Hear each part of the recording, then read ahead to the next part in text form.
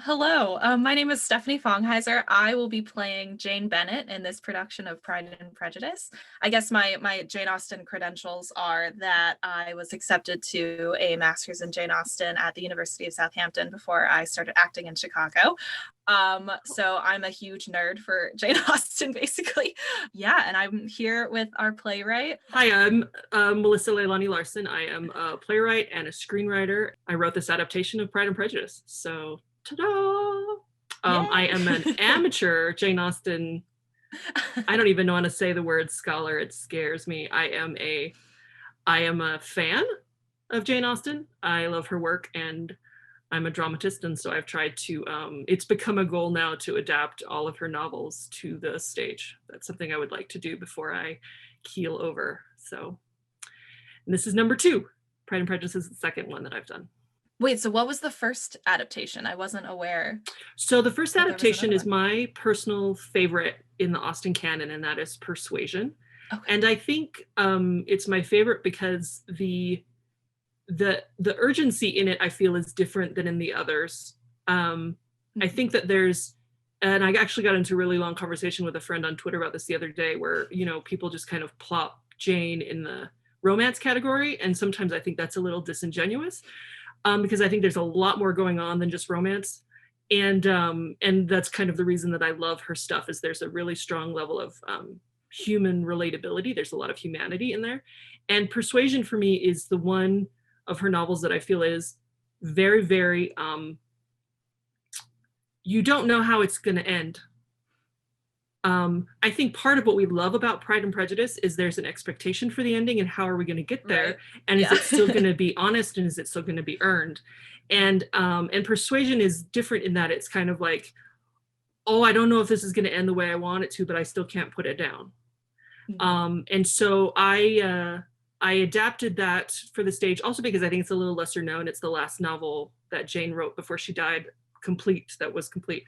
And it's got some beautiful prose in it, and there's some things in it about loneliness, and it's just very, very relatable and quite beautiful, I think.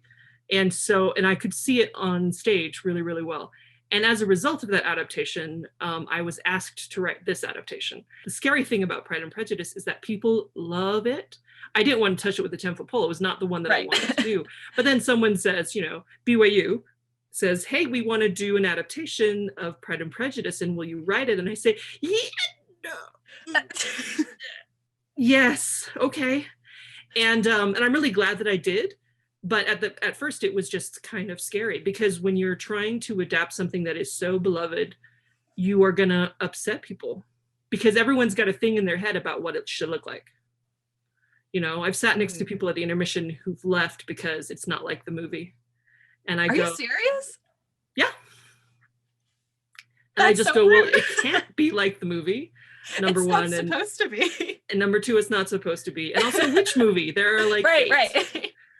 So oh my gosh, I cannot believe that. Yeah, so that's why, I mean, I'm really glad that I've done it, and I love it, and I feel I've come to love the novel much more. I was cynical about it when I was younger, because so many people loved it. It's like that kind of thing where everybody loves it, so you hate it. The thing that I really learned about from working on it is that it is, the beauty of adaptation is the interpretation. It's about interpreting the text. And as a playwright, what happens is, when that play gets done, every time it's done, it's interpreted differently by a different cast, by a different director, by a different design team. And so what I tried to do with this adaptation, because I learned that when you go back and read the novel again, there are always new things that you didn't see before.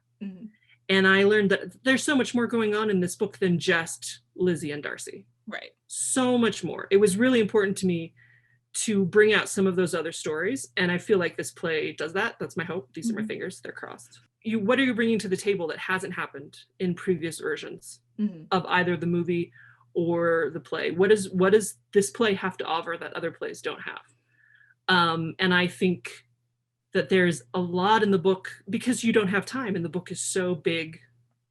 It's literally big. It's like pages, pages and pages. But also there's so much plot. You can't really do it all. And so I tried to do different things with it that I don't think other adaptations have done.